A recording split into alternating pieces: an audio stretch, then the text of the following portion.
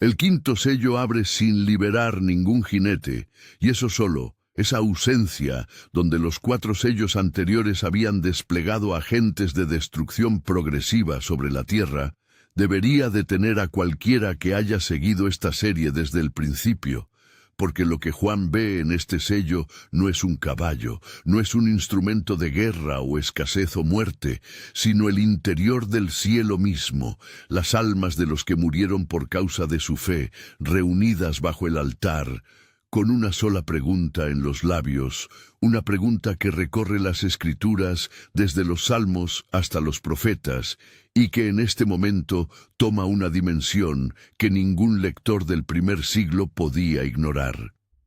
¿Hasta cuándo, Señor? Para entender por qué Juan los ve específicamente bajo el altar, hay que entender qué representa el altar en el sistema de pensamiento bíblico, porque esta no es una imagen decorativa elegida por su efecto poético. El altar en el tabernáculo y más tarde en el templo de Jerusalén era el punto de contacto más sagrado entre lo humano y lo divino, el lugar donde la distancia entre las 2 esferas se reducía a su mínima expresión posible.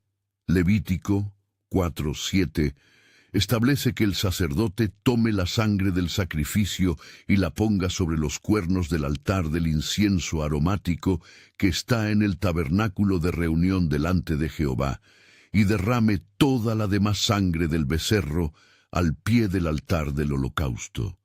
El pie del altar. Las almas están exactamente ahí. La conexión entre el altar y las almas de los mártires no es arbitraria, sino que está arraigada en uno de los principios más fundamentales de la teología bíblica. Levítico 17:11 establece el principio de manera directa, porque la vida de la carne en la sangre está. En el pensamiento hebreo, la vida y la sangre son inseparables, de una manera que el pensamiento moderno tiende a secularizar, pero que para un lector judío o judeocristiano del primer siglo tenía una densidad teológica inmediata.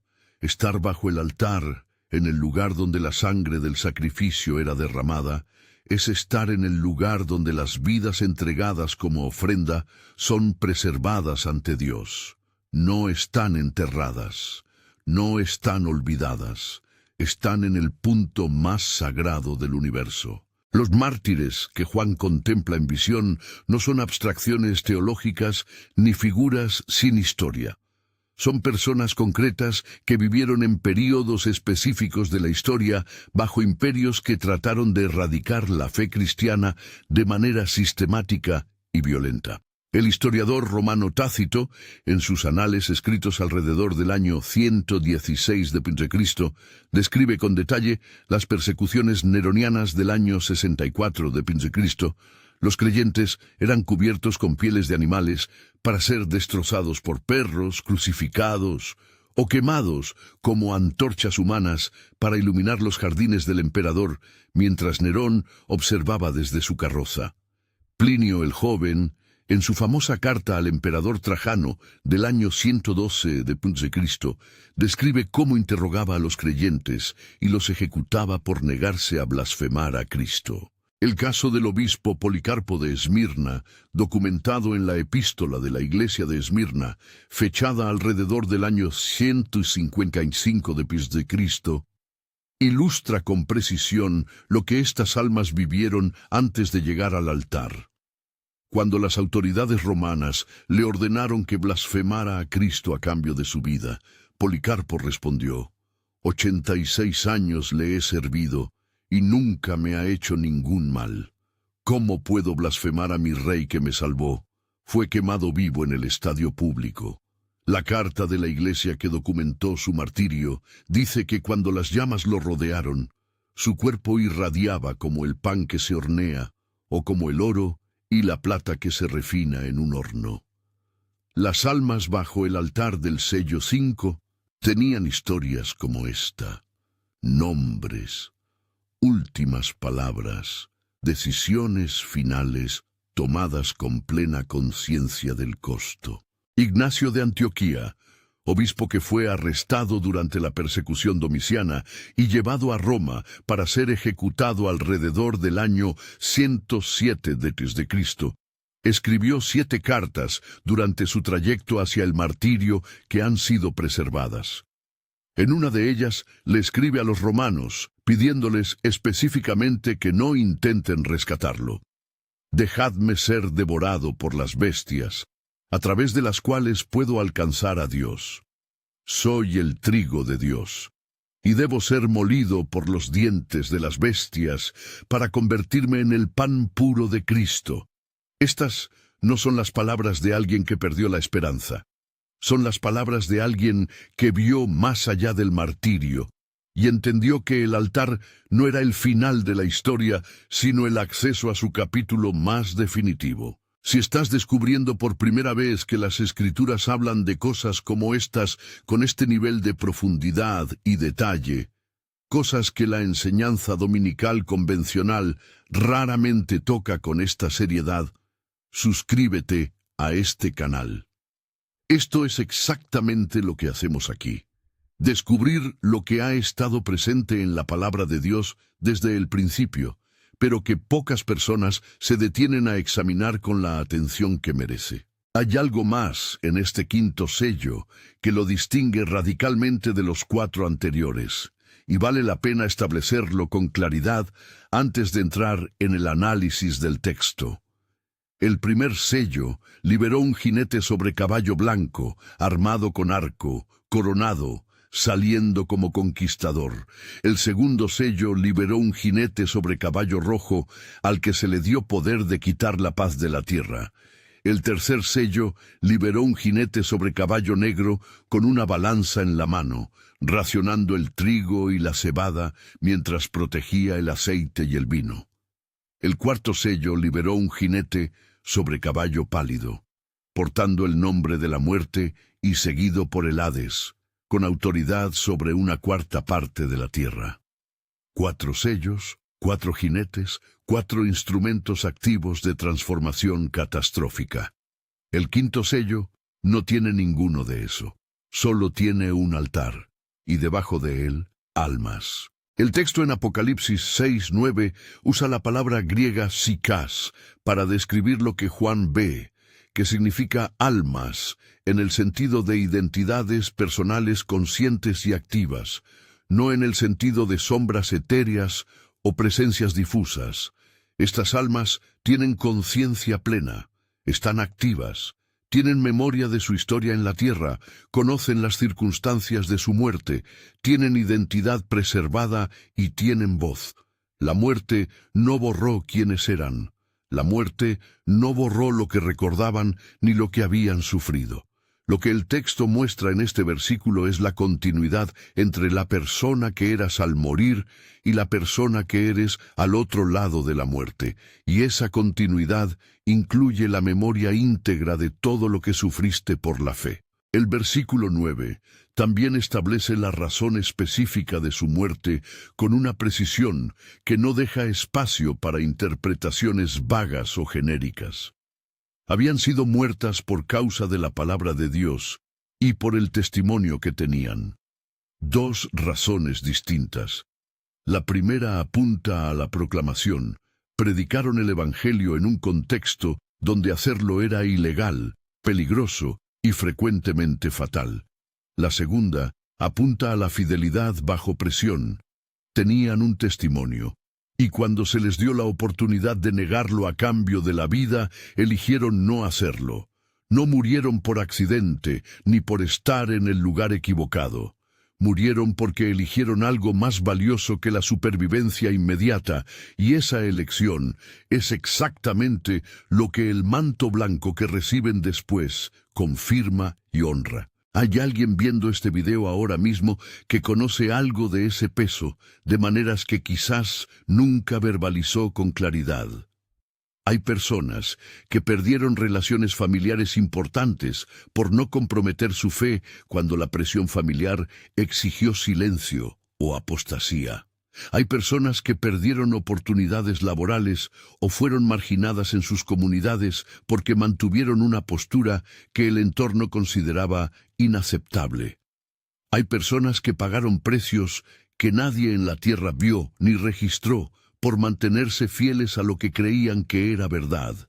El sello 5 no fue colocado en la secuencia del Apocalipsis exclusivamente para hablar de los que murieron en el Coliseo romano. Fue colocado aquí para hablar de todos los que en cualquier período de la historia pagaron un precio real por creer. Lo primero que hacen estas almas al ser vistas por Juan es clamar, no descansar en silencio, no esperar en quietud pasiva. El texto dice que clamaban a gran voz, lo cual en el vocabulario griego del Apocalipsis, la frase ekraxan phon megale, se usa para momentos de urgencia máxima y de intensidad sin mediación. Es el mismo nivel de expresión que aparece en la cruz, cuando Jesús clama a gran voz antes de entregar el Espíritu. Las almas bajo el altar no están susurrando una queja educada. Están lanzando al cielo la pregunta más honesta que la fe puede formular. ¿Hasta cuándo, Señor, santo y verdadero, no juzgas y vengas nuestra sangre en los que moran en la tierra? Si este clamor está resonando en algún lugar dentro de ti ahora mismo, si algo en ti reconoce esa pregunta como propia, aunque nunca hayas podido articularla con esas palabras, escribe en los comentarios: no estoy solo, no estoy sola. Porque el sello 5 fue colocado en la Escritura específicamente para decirte que Dios escucha esa oración y tiene una respuesta para ella. ¿Hasta cuándo, Señor? Esta pregunta no nace en el Apocalipsis. Recorre el Antiguo Testamento como una corriente subterránea de fe honesta y madura que los lectores modernos con frecuencia confunden con incredulidad porque esperan que la fe auténtica sea siempre serena y sin tensión. El Salmo 13:1 comienza con su forma más desnuda y vulnerada. ¿Hasta cuándo, oh Jehová? ¿Me olvidarás para siempre? ¿Hasta cuándo esconderás tu rostro de mí? El Salmo 74, 9 y 10 la repite en el contexto de la destrucción del templo. ¿Hasta cuándo, oh Dios, nos vituperará el angustiador? ¿Ha de blasfemar el enemigo tu nombre para siempre? El Salmo 79:5 la usa frente a la invasión y la desolación. ¿Hasta cuándo, Jehová, estarás airado? ¿Arderá como fuego tu celo? El profeta Habacuque eleva esta misma pregunta a nivel de diálogo profético directo con Dios en el capítulo 1:2. ¿Hasta cuándo, oh Jehová, clamaré y no oirás? Y daré voces a ti a causa de la violencia, y no salvarás. Y Dios no reprende a Habacuque por preguntar, no le dice que su fe es insuficiente, no le dice que debería confiar en silencio. Dios le responde con una revelación completa que llena los capítulos siguientes. El patrón que el Antiguo Testamento establece sobre esta oración es inequívoco. Dios conoce esta pregunta, la ha escuchado de sus siervos más fieles, y su respuesta a ella no es silencio, sino revelación. Lo que ese patrón en las Escrituras revela sobre la naturaleza de la pregunta es crucial para entender lo que está ocurriendo bajo el altar. ¿Hasta cuándo, Señor? No es la oración de los que no tienen fe. Es la oración de los que la tienen tan firmemente anclada en el carácter de Dios que saben con certeza que la respuesta llegará y que Dios tiene tanto la autoridad como la voluntad de ejecutar la justicia que piden. Para preguntar, ¿hasta cuándo, Señor, santo y verdadero, no juzgas? Necesitas creer primero que Dios es santo, que le importa la justicia y que tiene poder para ejecutarla. El clamor no es una expresión de duda, es una declaración de fe sobre el carácter de Dios formulada en forma de pregunta. Vale la pena detenerse en los adjetivos específicos con que las almas se dirigen a Dios, Señor, santo y verdadero. No dicen simplemente Señor, como si fuera un título protocolar. Dicen Señor, santo y verdadero, y en esos dos adjetivos está todo el fundamento jurídico de su petición. Si Dios es santo, si está verdaderamente separado de la impureza moral, si la injusticia es fundamentalmente incompatible con su naturaleza, entonces la injusticia no puede tener la última palabra en la historia del universo sin que la naturaleza de Dios misma quede comprometida. Si Dios es verdadero, fiel a su palabra, a sus promesas, a su propio carácter declarado en las Escrituras, entonces el juicio que prometió llegará en su momento. El clamor no está construido sobre emoción, está construido sobre el carácter declarado de Dios. El clamor de las almas del sello 5 tiene también una dimensión comunitaria que va más allá de la petición personal de cada mártir.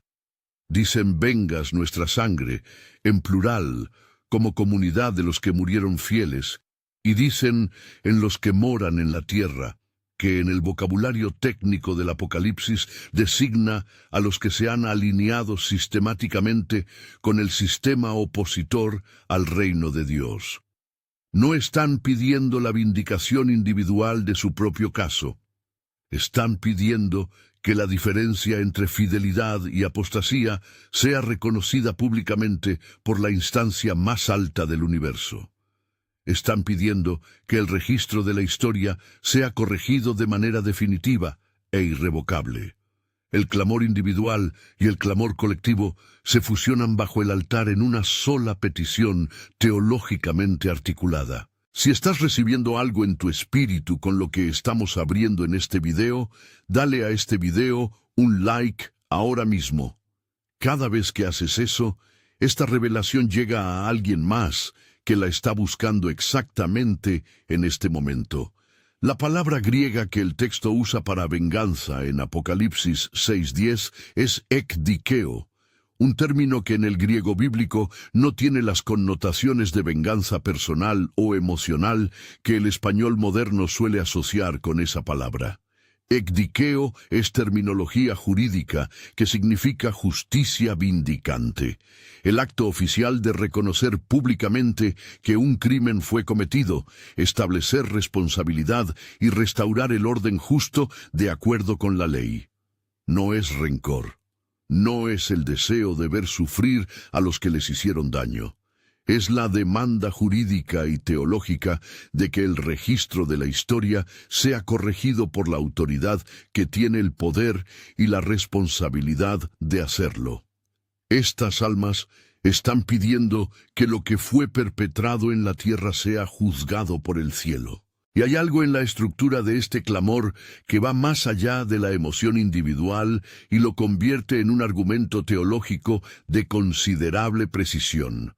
Las almas no solo piden que Dios los vindique a ellas personalmente, piden que Dios juzgue a los que moran en la tierra, una frase que en el Apocalipsis tiene un significado técnico específico para referirse a los que se han alineado sistemáticamente con el sistema del mundo en oposición al reino de Dios. El clamor de estas almas no es una queja personal.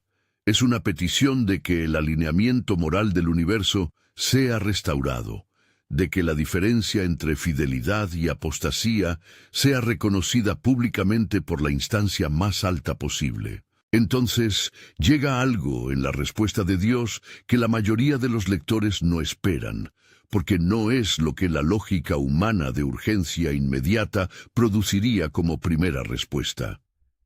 Dios no abre inmediatamente el sello 6 en respuesta directa al clamor. No lanza juicio sobre la tierra en el instante siguiente. Lo que hace primero es diferente, y esa diferencia revela algo sobre el orden de prioridades de Dios, que pocas teologías articulan con esta claridad. Antes de actuar sobre los que causaron el daño, Dios responde a los que lo sufrieron. Antes de hablar al mundo, Dios habla a sus mártires.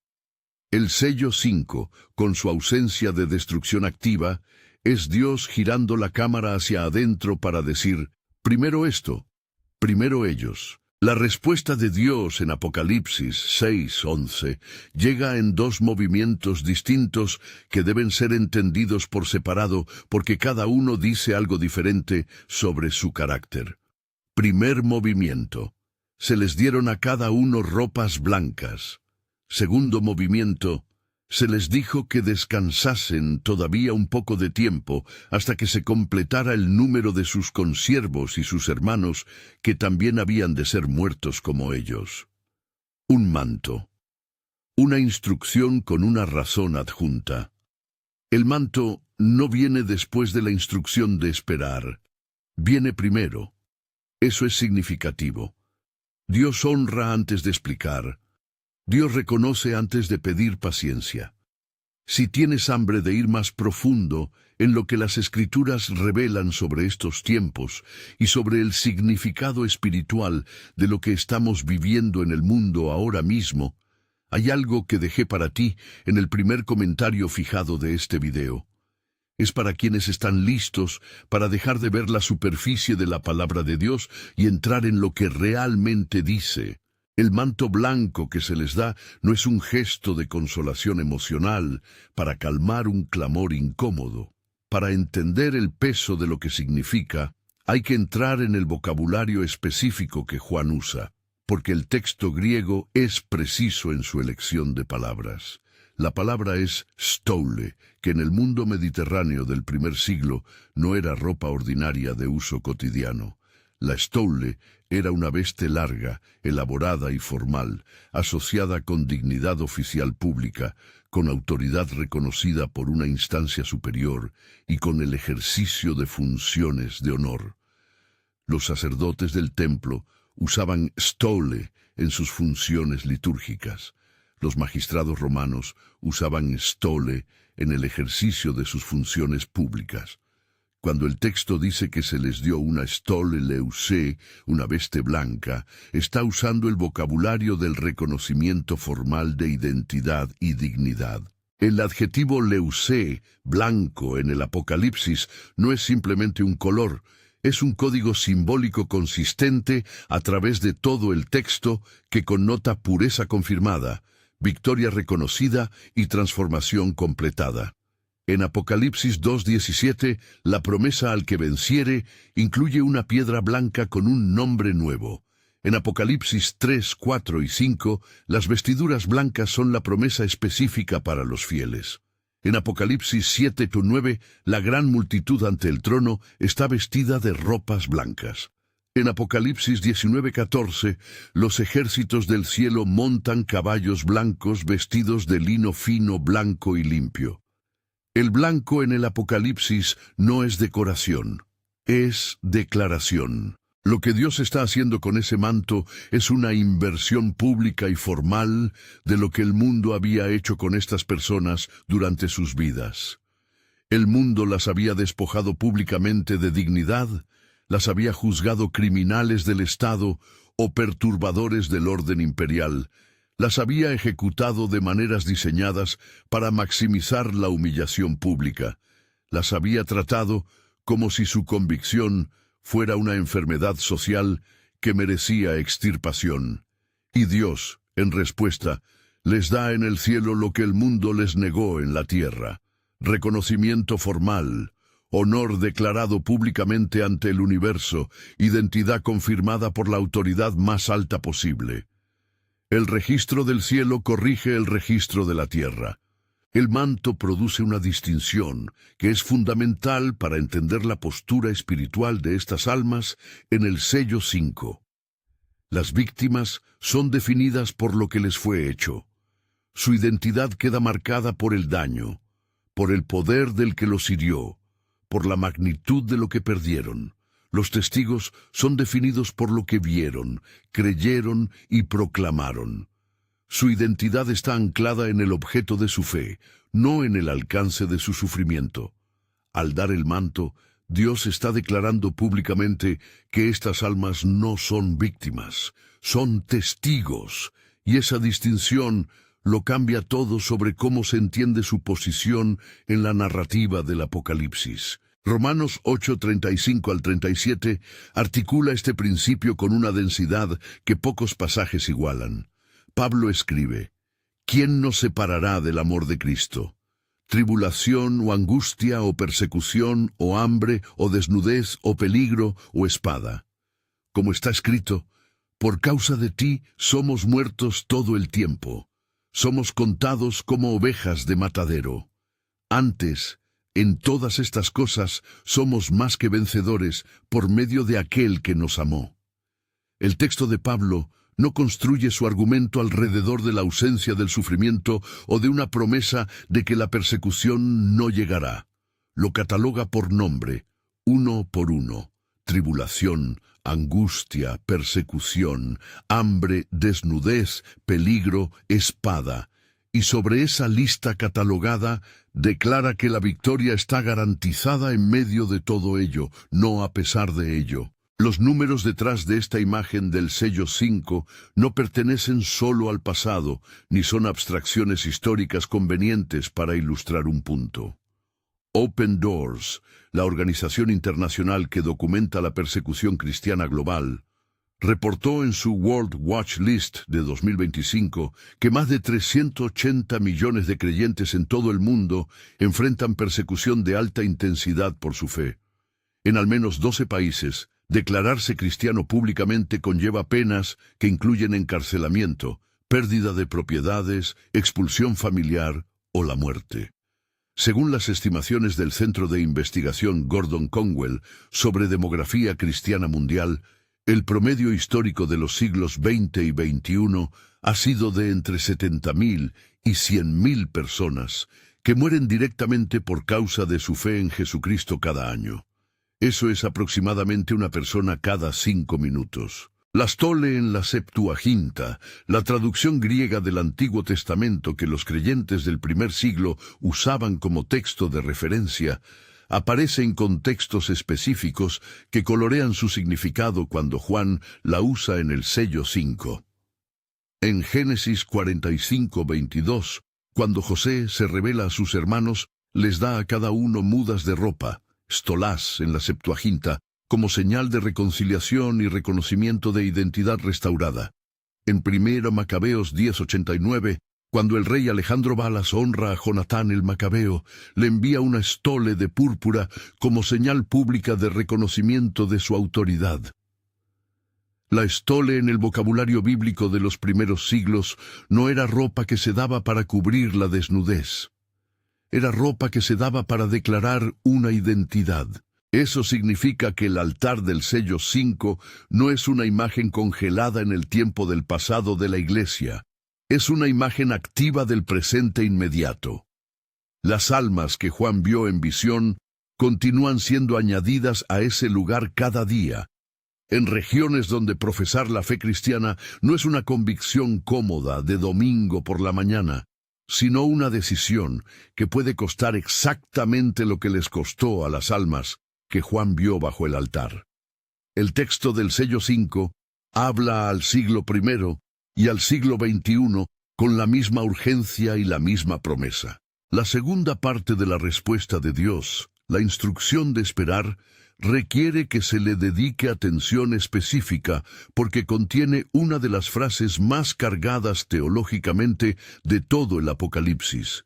Se les dijo que descansasen todavía un poco de tiempo, hasta que se completara el número de sus consiervos y sus hermanos, que también habían de ser muertos como ellos.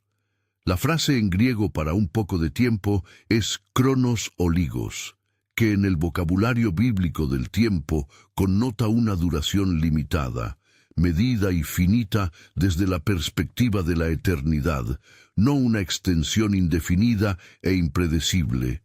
El texto no dice esperen indefinidamente, dice esperen un período breve según la escala del tiempo en el que opero. Segunda de Pedro 3:8 ya había establecido este marco de referencia para entender la perspectiva divina sobre el tiempo. Pero, amados, no ignoréis esto, que para el Señor un día es como 1000 años y 1000 años como un día. No es que Dios ignore el sufrimiento, no es que la demora sea señal de indiferencia, es que la perspectiva desde la cual Dios opera sobre el tiempo es fundamentalmente diferente de la perspectiva desde la cual nosotros lo experimentamos desde adentro.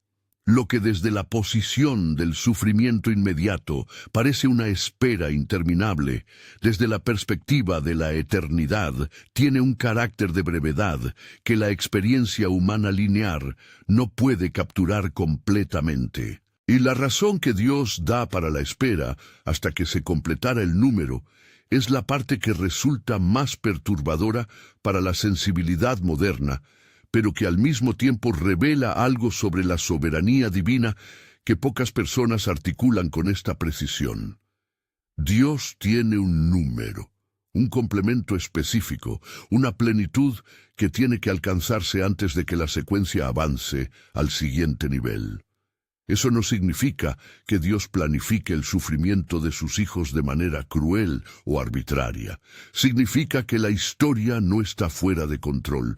Significa que cada vida que entra en esa categoría tiene peso específico en la contabilidad del cielo, propósito trazado y un momento en la narrativa de Dios que no es accidental.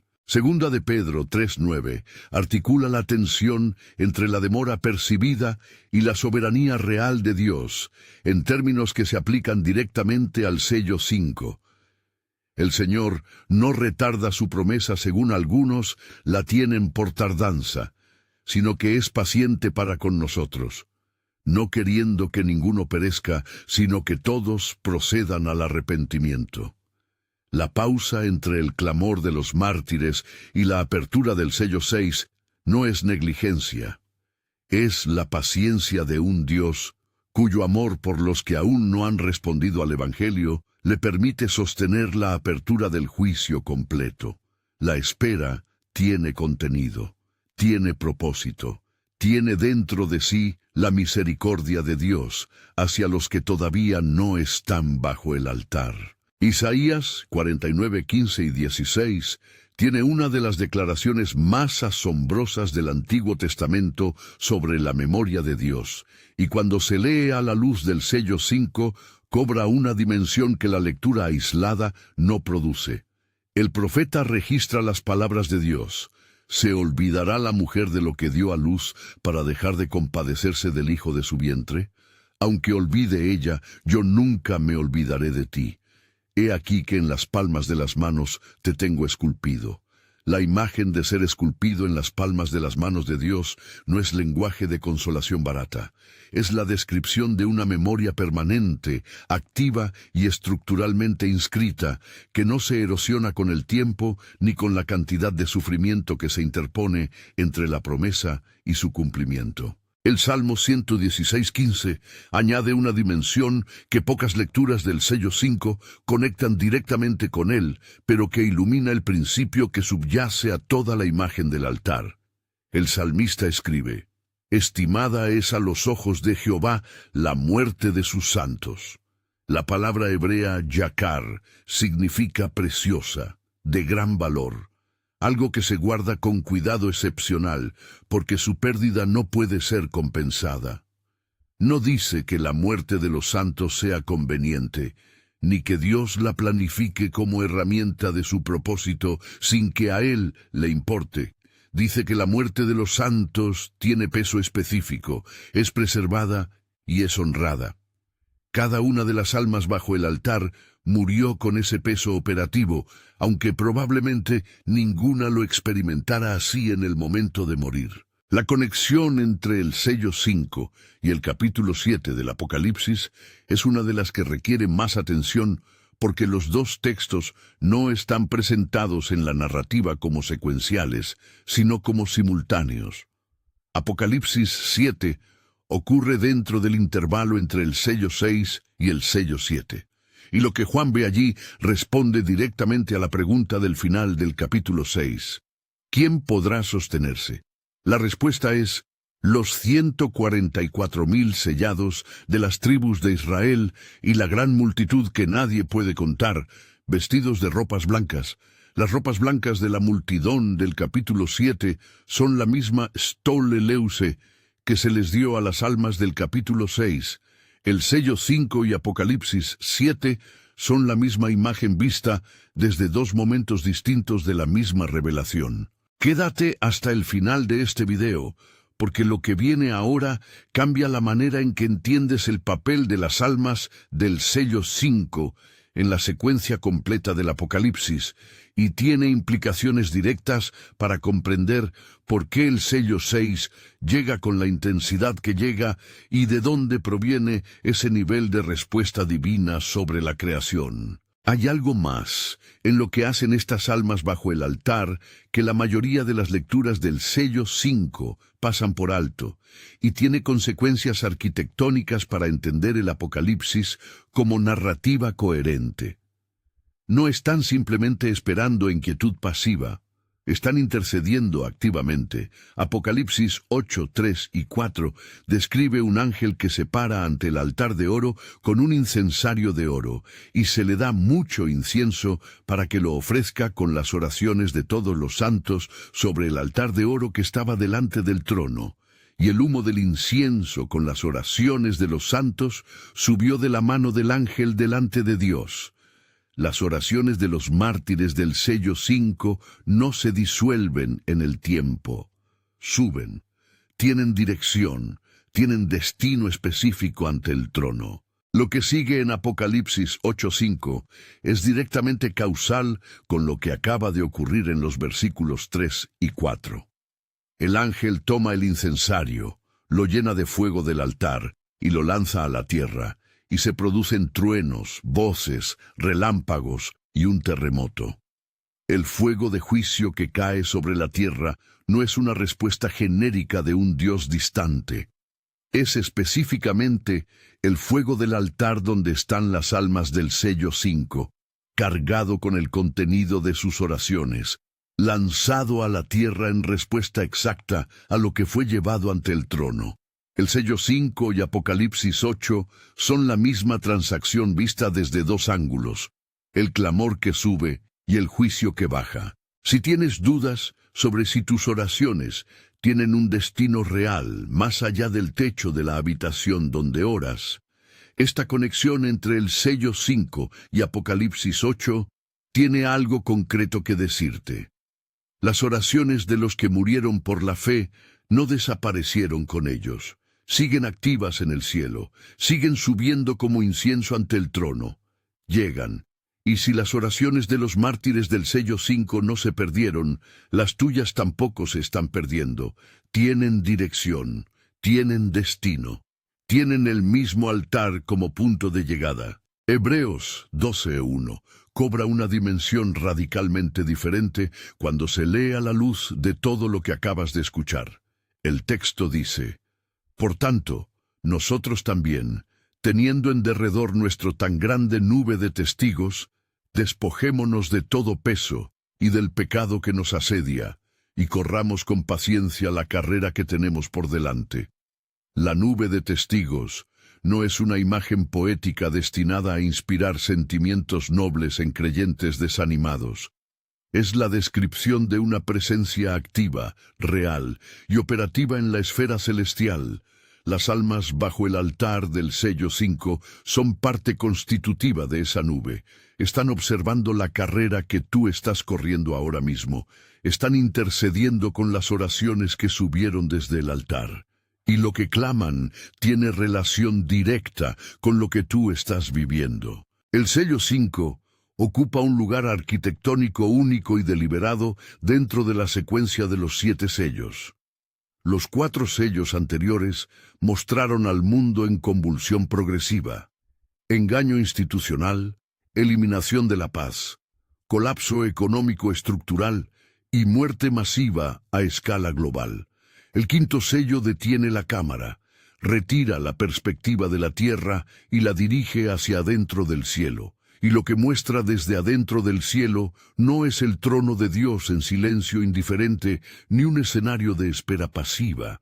Muestra actores con nombres, oraciones con destino, respuestas individualizadas, reconocimiento específico. El contraste entre el afuera y el adentro en el sello 5 es tan deliberado como cualquier otro elemento narrativo del texto. Afuera hay jinetes con instrumentos de destrucción. Adentro hay almas con mantos de reconocimiento. El sello 5 también establece algo sobre la naturaleza del juicio, que viene en los sellos restantes, que pocas lecturas del Apocalipsis articulan con esta claridad. Los sellos 6 y 7, y las trompetas y las copas que vienen después, no son una expresión de ira divina desconectada del sufrimiento humano, ni la manifestación de un decreto abstracto de destrucción. Son la respuesta al clamor que Juan escucha bajo el altar en el sello 5. Lo que el sello 6 desata sobre la creación, el terremoto global, el oscurecimiento del sol, la luna como sangre, las estrellas cayendo, el cielo retirado como pergamino, las montañas e islas movidas de sus lugares, no cae sobre la historia por una lógica desconectada del sufrimiento humano. Cae como la respuesta de Dios a lo que fue llevado ante su trono desde el altar. Apocalipsis 16:7 confirma esto cuando el altar mismo, el mismo lugar donde estaban las almas del sello 5, es el que habla. Oí al altar que decía: ciertamente, Señor Dios Todopoderoso, tus juicios son verdaderos y justos. El altar habla. El lugar donde estaban los mártires es también el lugar desde donde los juicios son declarados justos. Lo que empieza en el sello 5 como clamor desde debajo del altar, termina en el capítulo 16 como declaración de justicia confirmada desde el mismo altar. La narrativa del Apocalipsis tiene coherencia interna que solo se percibe cuando se lee el texto completo como un argumento y no como una colección de visiones desconectadas. Esto redefine completamente la manera en que se entiende la ira de Dios en el Apocalipsis y corrige una distorsión que la escatología sensacionalista ha introducido en la percepción popular de estos textos. La ira de Dios en el Apocalipsis no es la ira de un ser volátil o arbitrario que destruye por destruir, no es la expresión de una violencia cósmica sin contexto moral. Es la justicia de un Dios que registró todo, que escuchó todo, que honró a los suyos personalmente antes de actuar, que les explicó por qué la espera tiene propósito y que responde con precisión a lo que fue llevado ante su trono. El juicio tiene nombres detrás, tiene historias detrás, tiene el altar con las almas de los fieles detrás. La promesa que aparece en las cartas a las 7 iglesias cobra sentido concreto cuando se conecta directamente con el sello 5. En Apocalipsis 3, 4 y 5, Jesús le dice a la iglesia de Sardis: tienes unas pocas personas en Sardis que no han manchado sus vestiduras, y andarán conmigo en vestiduras blancas porque son dignas. El que venciere será vestido de vestiduras blancas, y no borraré su nombre del libro de la vida. Lo que fue prometido en el capítulo 3 a los que perseveraran fielmente es exactamente lo que se entrega en el capítulo 6 a las almas bajo el altar. Las vestiduras blancas del sello 5 no son una innovación narrativa, son la promesa cumplida de los capítulos anteriores, manifestada dentro de la misma secuencia profética. Apocalipsis 7:13 al 17 cierra el círculo de las almas del sello 5 de una manera que solo se percibe cuando se lee el texto completo. Juan ve una gran multitud de todas las naciones, tribus, pueblos y lenguas, vestidos de ropas blancas con palmas en las manos. Uno de los ancianos pregunta: ¿quiénes son estos que están vestidos de ropas blancas y de dónde han venido? La respuesta: estos son los que han salido de la gran tribulación y han lavado sus ropas y las han emblanquecido en la sangre del Cordero. Y concluye: el Cordero que está en medio del trono los pastoreará y los guiará a fuentes de aguas de vida, y Dios enjugará toda lágrima de los ojos de ellos. Las almas bajo el altar, en el sello 5, son los mismos que Juan ve ante el trono con sus vestiduras blancas. El trayecto debajo el altar, adelante del trono, es la trayectoria de toda su historia. Hay algo que el sello 5 hace en el corazón del Apocalipsis que ningún sello antes o después realiza de la misma manera. Muestra el lado de Dios que el catastrofismo fácil de la escatología popular tiende a oscurecer detrás de las imágenes de destrucción. Antes de mostrar la ira que sacude los cielos y la tierra en el sello 6, Dios detiene la secuencia del juicio para honrar a los suyos, para escucharlos, para responderles personalmente, para darles manto individual, para explicarles por qué la espera tiene propósito. Esa pausa es teológicamente intencionada. Antes de hablar al mundo que rechazó a sus mártires, Dios habla a los mártires mismos. Ese es el orden de sus prioridades dentro del juicio. Y hay una pregunta que probablemente estás haciéndote, especialmente si estás en una temporada donde la espera ha durado más de lo que sentiste que podías sostener, donde oraste y la respuesta no llegó con la rapidez que esperabas, donde fuiste fiel y el costo parecía desproporcionado a cualquier beneficio visible. El sello 5 no te da una respuesta fácil. No ofrece una fórmula para hacer que la espera sea indolora. Lo que ofrece es contexto. Incluso las almas que ya están en el cielo, que ya pasaron por la muerte, que ya recibieron el manto, todavía esperan que la secuencia se complete. La espera no es señal de que Dios olvidó o se despreocupó. Es parte de la mecánica de cómo un Dios que opera en perspectiva de eternidad sostiene la historia completa de la humanidad sin violentarla prematuramente. Isaías 40:31 articula la postura espiritual que el sello 5 ilustra a través de la narrativa cuando dice: «Pero los que esperan a Jehová tendrán nuevas fuerzas, levantarán alas como las águilas, correrán y no se cansarán, caminarán y no se fatigarán». La espera que el texto de Isaías describe no es la espera resignada de quien no tiene otra opción. Es la espera activa del que sabe a quién está esperando y por qué el que espera tiene acceso a fuerzas que los que no esperan simplemente no tienen disponibles. Si hay algo que has estado llevando sin poder articularlo completamente, una temporada de sufrimiento cuyo sentido no puedes ver desde adentro, una fidelidad que nadie en la tierra parece registrar, la pregunta honesta y vulnerable de ¿hasta cuándo, Señor? El sello 5 tiene un mensaje específico para ti que no es consolación barata. Tu clamor no se perdió. Tus oraciones no se disolvieron. El altar está activo. El manto está prometido. Y el Dios que detuvo la secuencia del juicio más severo de las Escrituras para honrar individualmente a cada alma bajo el altar, es el mismo Dios que tiene tu nombre en las palmas de sus manos ahora mismo. La oración.